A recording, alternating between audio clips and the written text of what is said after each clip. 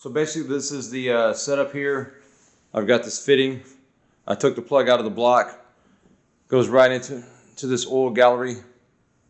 So got my Mobil 1 oil, my little hand pump. I just pumped it until I got oil to the filter. I had the filter removed. Now I put the filter on and I'm gonna go ahead and pump it through.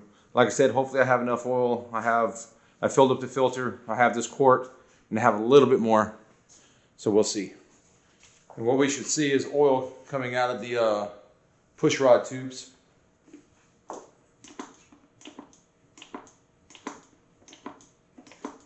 right, there we go. You can see the oil coming out right here. It's a beautiful thing. I would like to see, we got it coming over here now. Let's see. Still hasn't come to the right side yet.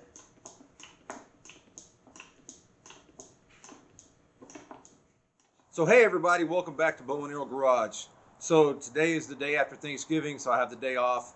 And I'm going to tackle a project that I really didn't want to work on this weekend. I'm going to put the C3 Corvette on hold, at least for a little bit. I may get to some work in it on this video, depending on what ends up happening with the Tahoe behind me. So this is my wife's 2009 Tahoe, and it's developed an oil leak, and then recently it developed a transmission pan leak also. And so the combination of the two, it's getting pretty bad. So I'm trying to pull the oil pan off right now. I'm not sure if that's the only leak. I want to get in there and see if the rear main is leaking also. If it is, I'm going to have to pull the transmission out and replace that. But I'm praying that it's not the rear main seal. So I've almost got the oil pan out right now. I'm going to get back under the vehicle here. I've got to drop the steering rack down. And then once I get that, I should be able to get the pan out, be able to look and see if the rear main seal is okay. I'm pretty sure it was just the oil pan looking at it.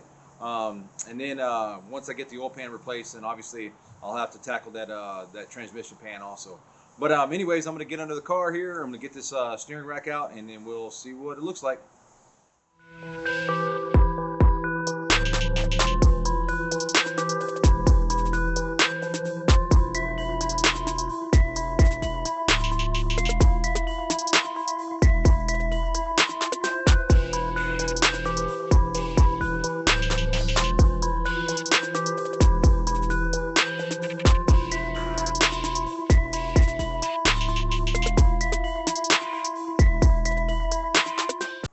So far, I pulled all the bolts out of the pan except for two. I pulled this brace off that goes right across here so that the pan can drop down. I've drained the oil and pulled the filter off, drained everything out. I put the filter and the plug back in just so it's not dripping all over me. Obviously, once we get the pan out, it's going to be dripping everywhere, but that is what it is. But I need to pull the bolts from the steering rack. There's one inside this hole, and there's one on top. And then these two right here. So I'm going to get in, I'm going to pull those out, and then we'll drop that steering rack down and we'll see where we're at. Okay guys, I have this oil pan off of my wife's Tahoe, and this thing is just disgusting, nasty, greasy. So I'm going to degrease it with my super clean Tough Task cleaner degreaser and see if we can get some of this grease and grime off here. I'm going to clean the inside with brake parts cleaner, but on the outside here I'm going to use this.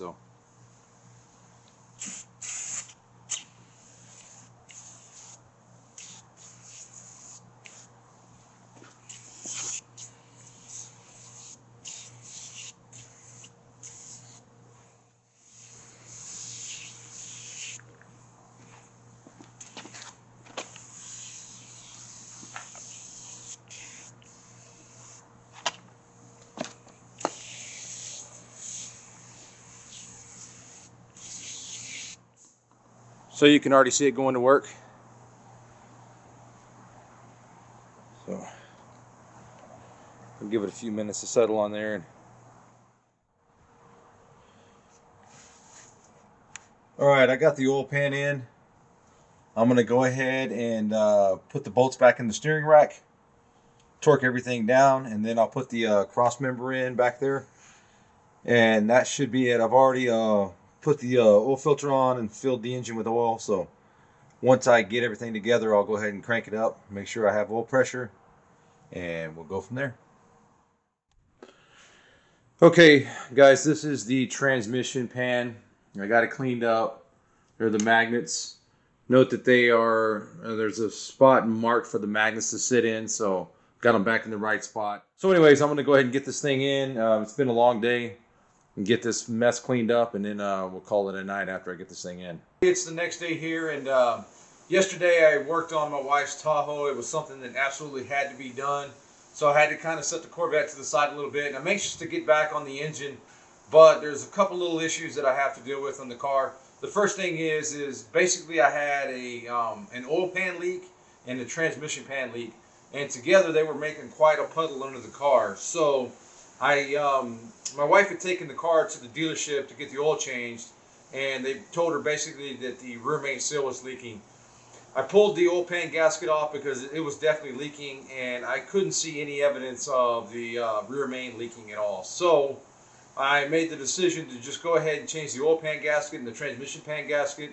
But the one main thing you have to do also is you have to lower the steering rack out of the way. You just pull the 4 bolts and let it drop down, and then once you're done, you can put it back up into place. And when I was driving it this morning, the steering wheel is off a little bit. The car tracks straight, but the wheel is just a little bit to the right. So I'm going to get in and I'm going to adjust that real quick. And then I need to go get 1 more quart of transmission fluid. When I drained the transmission pan, I was very careful not to spill any, and I got 4 quarts of fluid out of the pan. But in the process of cleaning everything up and stuff, some more had leaked on the ground. So I bought 4 quarts to put it in, and when I drove it this morning, it's a little bit low still, so I'm going to go buy another quart, and we'll put some in and get it topped off and make sure everything's good there. All right, I'm finally back on the Ellis engine after I was so rudely interrupted by my wife's Tahoe. But anyways, the other day I showed putting the rockers on, basically priming the oil system on the engine. And I shut the video down there thinking that I was free and clear and just going to wrap a couple of loose ends up. And I went to put the valve covers on, and this stud right here, the boss where the bolt screws into, just ripped right out. The threads just ripped right out. So I've got some Time-Serts. My neighbor actually had some, the right size and everything. And so I'm going to install the Time-Sert in this thing, and I'm actually probably going to do all of them. He only had a couple, so I've ordered some others. But I want to go ahead and do this one right now. And I don't know if I'm going to show doing them all or just do this one, but I've got to be really careful. I don't want to get a bunch of shavings in the block. So I'm going to try to tape it off and make sure that this thing stays clean. So I'm going to work on that, and then I'll get back with you when I'm there. So I've got this bag taped over just to keep as much metal as possible out of the engine. It's just aluminum, but at the end of the day, we don't want any metal in the engine. So I'm going to take my drill bit, and I marked how deep the bosses are here. And I'm basically going the same depth as my with my drill bit. So here we go.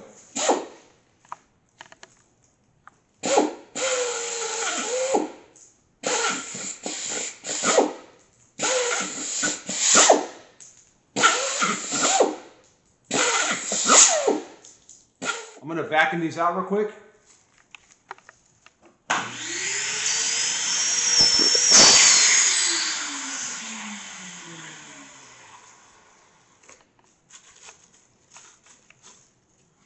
And like I said, the goal is to keep as much metal out of the engine as possible. The second thing is after you drill, you're going to counterbore the hole. And the counterbore is included in the kit. And in all these steps, when you're drilling, counterboring, and tapping, you want to make sure to lubricate everything real well. I just use WD-40. It's a good cutting fluid.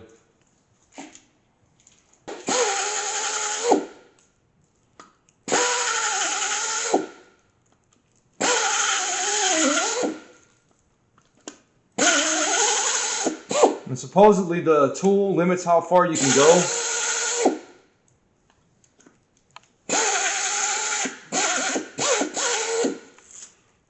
I'm going to go ahead and tap these threads. Okay. It's very soft material, so you really shouldn't have to press too hard. We'll go ahead and pull it out, clean all the shavings off, and then I'll run it through one more time.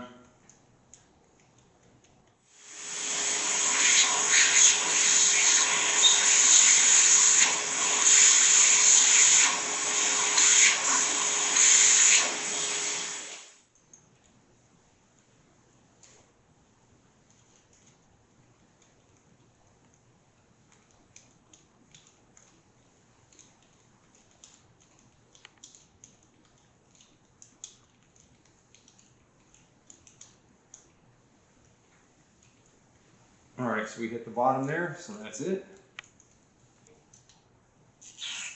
See a couple of little specks in here, trying to make sure we don't get any metal in the engine at all.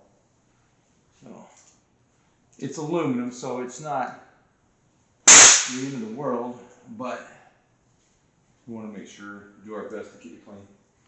And then the last thing is we're going to install the Time-Sert. So we want to make sure that the outside diameter of the insert is really clean, because that's the part that's going to get the Loctite. And it's a special oil that comes in the Time-Sert kit. It is Time-Sert driver oil. Loctite on there. And let it down.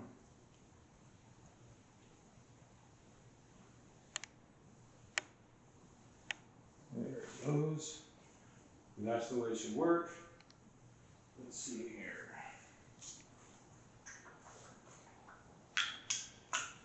This is all I have to.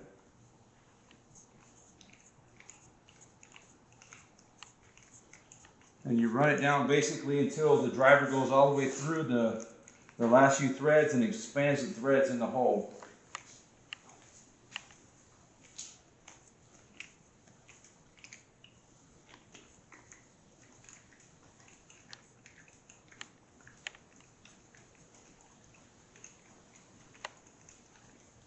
All right, so there we go.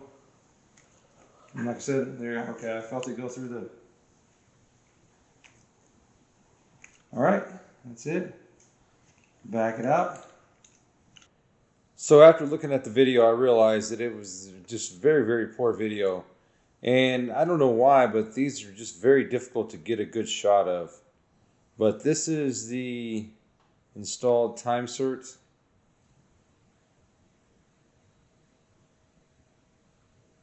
And like I said, I don't know why this camera will not get a good video of it. But anyways, that's the installed Time-Sert. Maybe the lighting's a little better down here.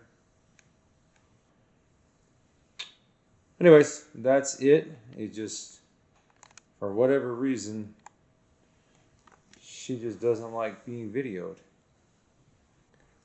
I was hoping to get a better view for you guys of what the Time-Sert looked like. You can see it has external threads and it also has internal threads. This is just a larger version of what I ended up putting in the engine. So, and if you can see, the top is flared out. That's why you have the counter bore. That way that top portion can nestle down in the counter bore and be flush.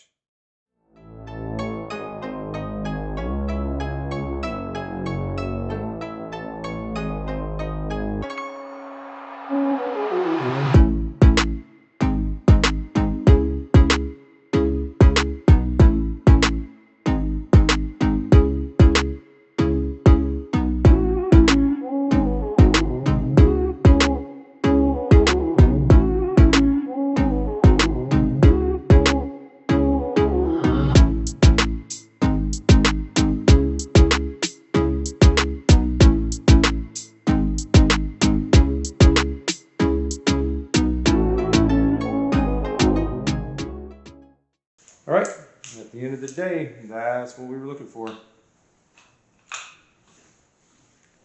So in the future, it should be much more repeatable. Not worry about stripping those threads out. So that side is done. And that's going to be it for this week. Okay folks, that's going to do it for this video. We finally got the 4 Time-Serts installed in the left hand side of this engine.